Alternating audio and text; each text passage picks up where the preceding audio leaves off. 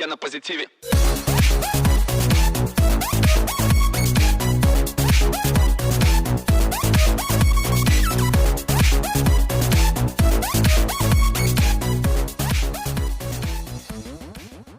Всем привет! Покой нам только снится. Приехал на свою малую родину. Вот. Значит, покажем тут такой один момент по этому двигателю. Движок 601, 2.3, атмосферник. Так, шатун. Начал стучать шатунчик. Вот видите, как его раскололо. Ну вот, отверстие под смазку пальца, который проходит через весь шатун. И вот его раскололо вот таким образом. Вот. Как бы люди часто спрашивают, почему там проворачивают вкладыши и так далее, и так далее. Ну, в принципе, для того, чтобы понимать, почему их проворачивать, надо понимать, как он работает. Работает это механизм кривошипный шатун, это скользящие подшипники. Смысл простой. Очень маленький зазор между, значит, допустим, вот, ну, по коренным, если брать по стелям, между коренными подшипниками и самим коленвалом. Вот. В этот зазор под давлением масляный насос закачивает масло. Там должно быть постоянно хорошее давление и должно быть хорошей вязкости масла. Получается, этот механизм работает на масляной пленке. Как только зазор увеличивается, значит, масляная пленка становится меньше. Если масло плохое, также местами получается масло, если вязкости не хватает и масло, ну, хреновое, скажем так, да. Насос, если также подвыработан, немножко этот насос подгулявший в плане того, что люфт есть. Мы разбирали его, щуп 25 пролазит. Вот.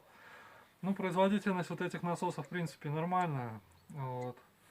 И в совокупности этих всех вещей получается то, что где-то еще, кстати, боится это дело холодных запусков зимой. Машина, если долго еще стоит, и на холодную вы начинаете заводить, масла нет, либо оно очень густое, оно на постель сразу не хочет продавливаться, не подается. Особенно там минералка, если она вообще густое, что движок даже провернуться нормально не может.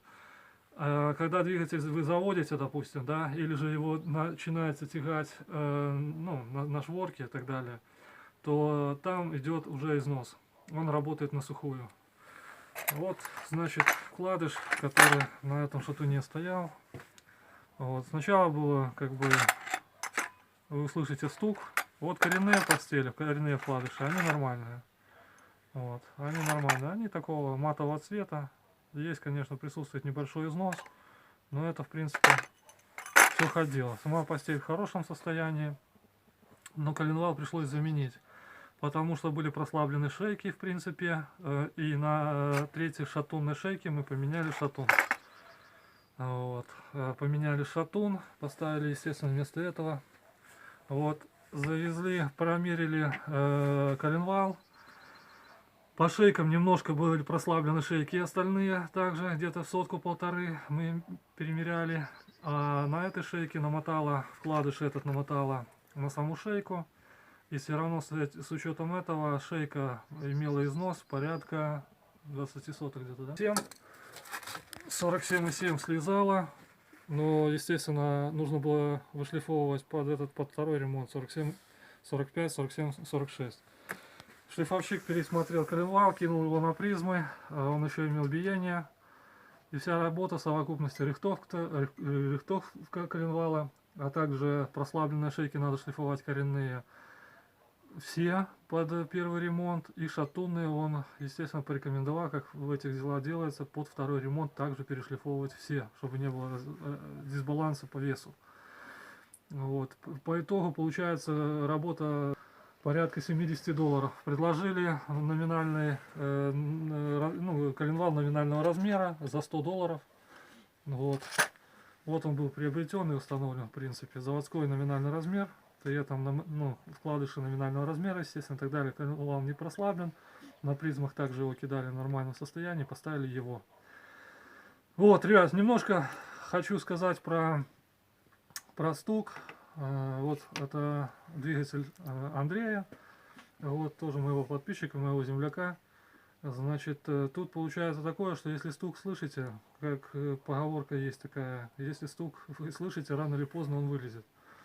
Вот. Благо, что ему не поломало блок, вот, что не прихватило вкладыши, не оборвало крышку, как это делается, как это зачастую происходит, и показывается кулак дружбы, да, через блок. Вот. Ну, вот таким вот образом расколола вдоль шатун. И опять же, повторяю, что, ну, не знаю, говорит, что ездил на нормальном масле, потом вот таким вот пользовался. Ну, вот это масло, честно скажу, хорошее, недорогое. Ну, сами поняли, да? Я тоже его пробовал. Мы хотим сэкономить, конечно, все. Но экономия часто влазит боком. Надо смотреть, чтобы масло было хорошее, в нормальном состоянии. Многие водители, уже мои клиенты по грузоперевозкам, они в большой мороз, многие просто говорят, мы не выезжаем. Не стоит оно того. Да. Вот, потому что оплата копеечная, гемора потом можно поиметь много. Поэтому основной износ идет по постелям, это холодные запуски. Вот. И, естественно, низкая производительность масляного насоса. Вот. И, естественно, само качество масла. Вот это вот основное. Вот. Почему вкладыши, ну, имеют износ.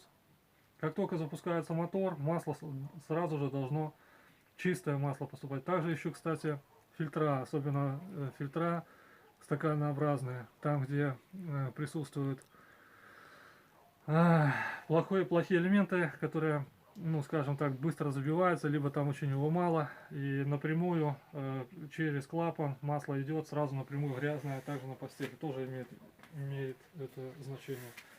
Вот. Неочищенное масло идет сразу напрямую на постель. Да, ребята, кстати, еще один момент. Как только вы стук этот услышали, да, берите, доставайте фильтр. Ну, вот вас беспокоит стук какой-то определенный. Есть износ вкладышей. Если идет износ вкладышей... ты как-то новый имеешь в виду, да? Колбин-шмидтовский?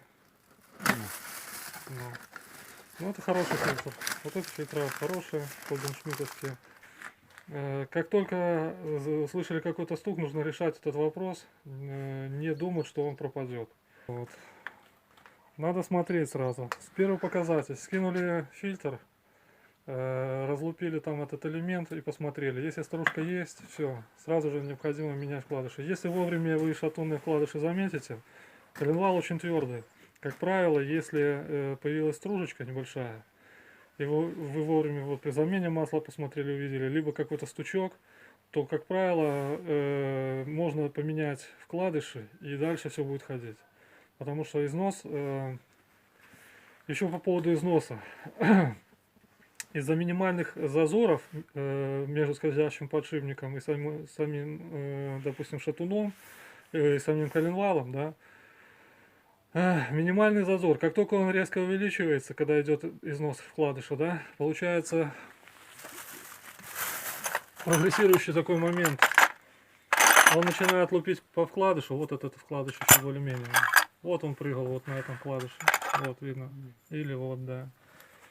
Все, вот тут уже резко идет износ, потому что он начинает всплескивать. Просто идет, есть большой зазор, и есть куда разгоняться этому шатуну. Когда нет зазора, ему некуда разгоняться, он постоянно работает плавно, все. Как только зазор появляется, все, он начинает бить, тук-тук-тук-тук, и все, пробивает. Получается, как принцип, вот я покажу. Если сюда загнать в эту трубу за подлицо какой-нибудь, скажем, ответную часть, да, лом, да, и здесь не будет зазора, вы не сможете ударить. Как только появляется большой зазор, видите, да, а прикиньте это усилие поршня с его, значит, крутящим моментом. Ну, в принципе, как бы такой вот момент. Ну, как-то так. Опять же, из-за финансовой составляющей, допустим, менять вот этот вот, шлифанул там трохи, да, корпуса, Да. вот, шлифанул корпуса, немного, получается, зазор уменьшил по плоскостям, но на шестернях зазор как бы есть, ну, скажем так. Кинет манометр, посмотрит, какое давление будет давать на горячую. Вот. Ну и будет дальше эксплуатировать. 1070 проедет, надо потом опять думать, смотреть вкладыши предварительно. Ну вот видите, да? Ну тут-то понятно, здесь уже будет стружки выше крыши, там уже в поддоне лохмотьями стружка будет, когда вкладыш так сожрала. Но когда он только-только начинает подгуливать, то на фильтре, на элементе всегда видно вот такие вот крапления. Вот, поэтому если немножко где-то какой-то посторонний стук вы уже услышали, получается, можно скинуть, слить масло, смотреть его и снять фильтр, разрезать его и посмотреть в элементе. Если есть такие серебристые вкрапления, значит это говорит о том, что у вас уже начинает изнашиваться вкладыш. Вот. И это необходимо сразу же это необходимо разбирать, как минимум поменять вкладыши. Вот. Замена вкладышей может решить вопрос, если своевременно это дело услышать, отреагировать на это дело. Допустим, на 2.2, на двигателях, на мерсовских, на спринтеровских, там стоит уже Common Rail система. Крутящий момент очень большой. Вот, тот, кто ездил, он знает. Там это болезнь вкладышей. Там без вопросов сразу идет по регламенту замена подкачивающего насоса масляного, основного, точнее, магистрального насоса. Вот, и замена вкладышей. И там каждые где-то 150 тысяч разбирают поддон на сервисах, скидывают поддон и снимают бугеля с шатунов для того, чтобы посмотреть вкладыши, чтобы отследить этот момент и успеть вовремя их заменить. Вот такие вот дела. Ладно, все, всем хорошего, до свидания.